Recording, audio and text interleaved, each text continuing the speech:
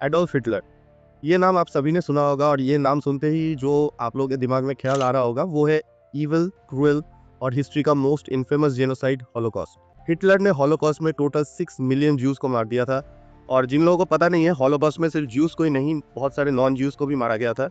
और अगर उसका एस्टिमेशन देखोगे तो कुछ ऐसा आता है कि Jews 6 millions, Soviet civilians 5 to 7 millions, Poles जो कि नॉन यूएस सिविलियंस होते हैं वो है 1.8 to 2 मिलियंस, जिप्सीज 2.5 लाख से 5 लाख, डिसेबल्ड 2 लाख से 3 लाख, पॉलिटिकल ओपोनेंट्स और होमोसेक्सुअल्स में भी कुछ हजार लोगों को हिटलर ने मार दिया था। अब देखो, हिस्ट्री की ना एक आदत होती है कि हिस्ट्री हमेशा आपके वर्स्ट मोमेंट पर ही फ्रीज हो जाती है और वही हिस्ट्री आगे जाके ना अल्टीमेट ट्रूथ बन जाती है। लेकिन मैं ये नहीं कह रहा हूँ कि हिटलर ने जो किया था वो गलत नहीं था या फिर जो उसने किया था उसके पीछे कोई जस्टिफिकेशन होगा। No, never.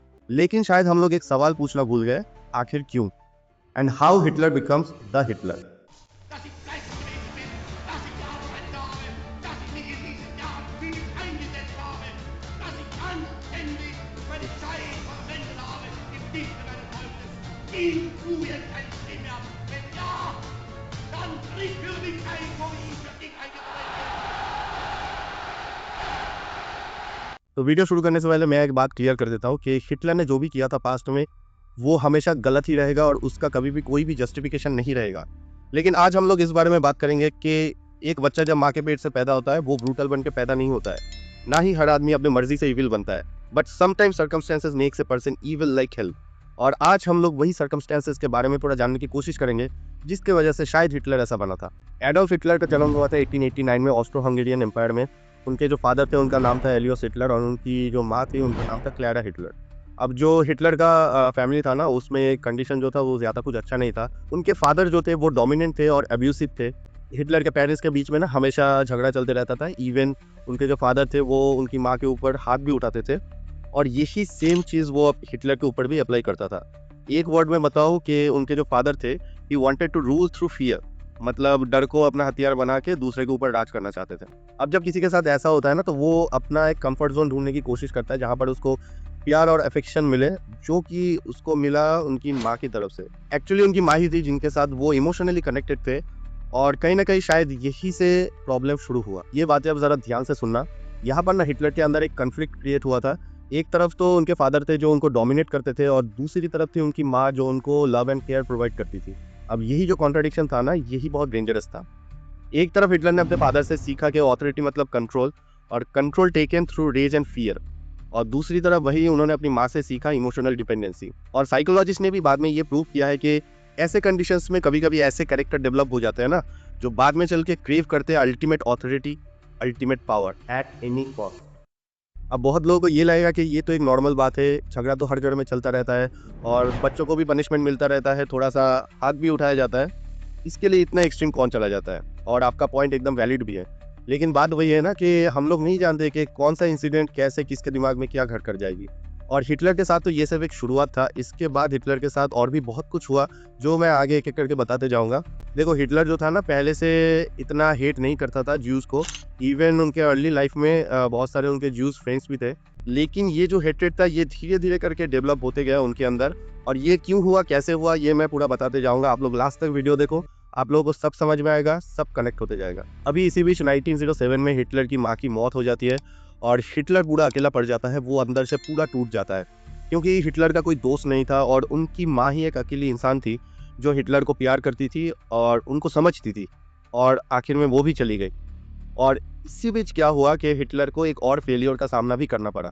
हिटलर के बारे में ये चीज़ बहुत कम लोग जानते होंगे कि हिटलर ना हमेशा से एक आर्टिस्ट बनना चाहते थे और इसी के चलते उन्होंने Vienna academy of fine arts में अप्लाई किया था। लेकिन डिफरेंट रीजंस की वजह से उनको रिजेक्ट कर दिया गया, वो भी 2 बार। अब उतना डिटेल्स में नहीं जाते कि क्यों और कैसे उसको रिजेक्ट कर दिया गया, लेकिन सिर्फ इतना जानते हैं कि उन्होंने अप्लाई किया था वियना आर्ट स्कूल में और वहाँ से वो 2 बार रिजेक्ट हो गया। अब कोई नॉर्मल पर्सन होता वो शायद थोड़ा हर्ट होता और अपनी गलती मानकर फिर से शायद ट्राई करता। लेकिन हिटलर के केस में बात कुछ और था। उसका दिमागी हालात इस टाइम पर ऐसा हो चुका था कि वो सिर्फ हर्ट नहीं हुआ था, वो इस चीज़ को पर्सनली अपने आइडेंटिटी और एबिलिटी के ऊपर लेने लगा और सवाल उठाने लगा। और बोला जाए तो वो ह्यूमिलिएट फील करने लगा। और एक चीज़ समझ लो, कोई आदमी अगर किसी चीज़ से ह्यूमिलिएट फील करता है ना तो वो फिर एक्सेप्टेंस की जगह ना एक्सप्लेनेशन सीख करता है। मतलब सीधे तरीके से बोलूँ कि इस टाइम तक हिटलर का जो ईगो था इतना फ्रेजाइल हो चुका था कि वो अपनी गलतियों के लिए दूसरों को दोष दे रहा था। और यही से हिटलर का जो रेज है, गुस्सा है, वो स्टार्ट होता है, जो कि आगे चल के और भी खतरनाक बन जाता है। देखो अभी तक जो भी मैंने बताया ना, वो हिटलर का जो फैमिली था उसके बारे में थोड़ा बात किया, और उनके करियर के बारे में थोड़ा बात करने की कोशिश किया, अर्ली करियर, और कैसे उनके अंदर ये जो गुस्सा था वो धीरे धीरे बढ़ने लगा। लेकिन अब जो सब चीज़ें मैं बताने वाला हूँ, ये एक्चुअली मेन स्टार्टिंग पॉइंट है जहाँ से एक मॉन्स्टर का जन्म होना शुरू हो गया था। ध्यान से सुनना, बहुत ही इंटरेस्टिंग चीज़ें हैं, बहुत सिंपल लगेगा सुनने में, लेकिन आप धीरे धीरे कनेक्ट करते जाओगे ना तो आपको समझ में आएगा कि क्या हुआ था। तो 1908 से 1913 तक हिटलर जो थे वो वियना में थे, और वियना में ना कुछ चीज़ें थी जो आप लोग इग्नोर नहीं कर सकते। जैसे कि पॉलिटिकल रेडिकलिज्म, देन डाइवर्सिटी बहुत था वहाँ पर, और इकोनॉमिकली अनइक्वलनेस बहुत था। और इकोनॉमिकली सबसे स्ट्रॉन्ग कम्युनिटी जो था वियना में तब के टाइम पे, वो थे ज्यू। मतलब हर एक फील्ड में ज्यूस का डोमिनेंस था, और हर एक मेजर से लेकर माइनर जॉब फील्ड्स में ज्यूस को जॉब मिलता था। ये नहीं कि वहाँ पर बहुत घूसखोरी चलता था। बात ये है कि अगर टैलेंट आप में रहेगा तो जॉब आपको ही मिलेगा, ना ही दूसरों को। लेकिन ये जो बात है ना, ये वहाँ का जो पॉलिटिक्स था वो दूसरे तरीके से यूज़ करती है। पॉलिटिकल मोटिव की वजह से वहाँ के जो लीडरशिप थे वो इस चीज़ को ऐसे पोर्ट्रेट करने लगे कि वहाँ के लोकल लोग जो है उनको जॉब इसलिए नहीं मिल रहा है क्योंकि जो ज्यूस थे वो सब जॉब ले जा रहे हैं। अब उस टाइम ना हिटलर भी बहुत गरीबी से जूझ रहा था, वो एक मेंस कैंप पे रहता था, खाना भी ठीक से नहीं मिलता था, और पढ़ने के लिए बुक नहीं मिलता था। उसके बदले वो इन सब पॉलिटिकल पार्टीज का जो पैम्फलेट होता है वो पढ़ता था। अब जैसा कि मैंने पहले ही बताया था कि इस टाइम तक हिटलर का ईगो जो था वो इतना फ्रेजाइल हो चुका था कि वो अपने साथ हुए हर एक बुरी चीज़ का ज़िम्मेदार किसी और को ही मानता था। लेकिन प्रॉब्लम ये था ना कि अब तक उसको कोई वैलिडेशन नहीं मिला था उसका। लेकिन ये सब पैम्फलेट्स पढ़ने के बाद ना उसको एक वैलिडेशन मिल गया, और वो भी पॉलिटिकल वैलिडेशन। और धीरे-धीरे वो अपने लाइफ में जितने भी प्रॉब्लम्स थे उनकी वजह ज्यूज़ को मानने लगा, और यही से हिटलर का ज्यूज़ के प्रति जो हेट्रेड था वो बढ़ने लगा। एक चीज़ ध्यान देने वाली है कि हिटलर का जो हेट्रेड था ना ज्यूज़ के प्रति, वो कोई डायरेक्ट ज्यूज़ के साथ कॉन्फ्लिक्ट्स के कारण नहीं था। ये पॉलिटिकल स्टोरी टेलिंग का नतीजा था। वो पॉलिटिकल आइडियोलॉजी था जिसकी वजह से वो ज्यूज़ को अपना दुश्मन मानने लगा। और ये सेम टू सेम सिनेरियो ना आज भी चलता है। मैं एक एडवाइस देता हूँ, अगर लेना है ले लो, नहीं लेना है तो छोड़ दो। लेकिन कोई भी पॉलिटिकल पार्टी हो ना तो उसके आइडियोलॉजी को आँख बंद करके फॉलो मत करो। मैं तो कहता हूँ फॉलो ही मत करो।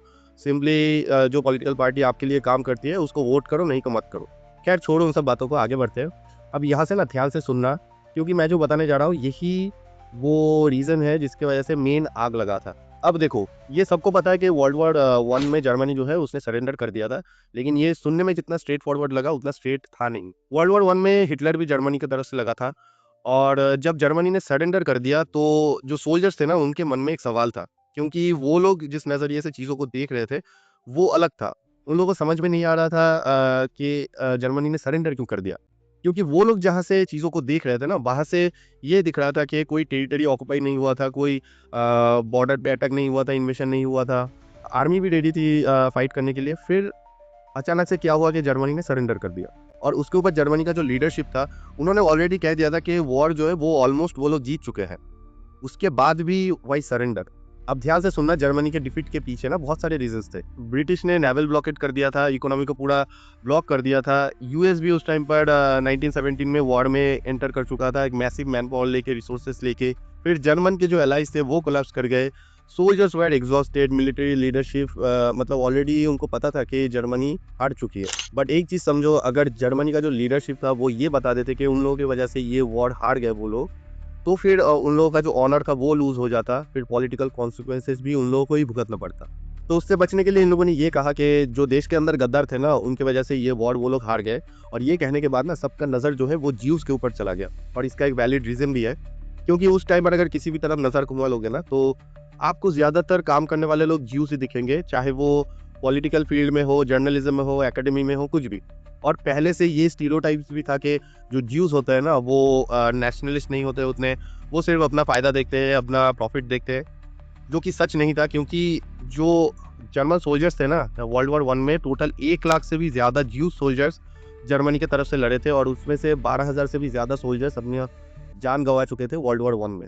लेकिन झूठ की ना एक खासियत होता है कि झूठ आग की तरह फैलता है, तो बहुत ही जल्द ये जो झूठ था ये बहुत तेज़ी से फैल गया, और हिटलर जो था ना वो बहुत ही ह्यूमिलिएट फील करने लगा। वो इस डिफीट को एज़ अ पर्सनल डिफीट के हिसाब से लेने लगा। देखो, उसका कोई पर्सनली एक्चुअली डिफीट नहीं हुआ था, एज़ ए कंट्री डिफीट हुआ था जर्मनी का, लेकिन वो इस डिफीट को पर्सनली लेने लगा। वो पहले से ही एंटीसेमिटिक आइडियोलॉजी को फॉलो करता था, और इस वजह से क्या हुआ, ये झूठ फैलने से उसको एक वैलिडेशन और रीज़न मिल गया ज्यूस से हेट करने का। और शायद यही वो पॉइंट है जहाँ से शायद कहीं न कहीं उसने ठान लिया था कि वो इसका बदला ज़रूर लेगा। और आगे चल के धीरे-धीरे उसने जो जर्मन का माइंडसेट था ना, वो एंटी ज्यूस कर दिया।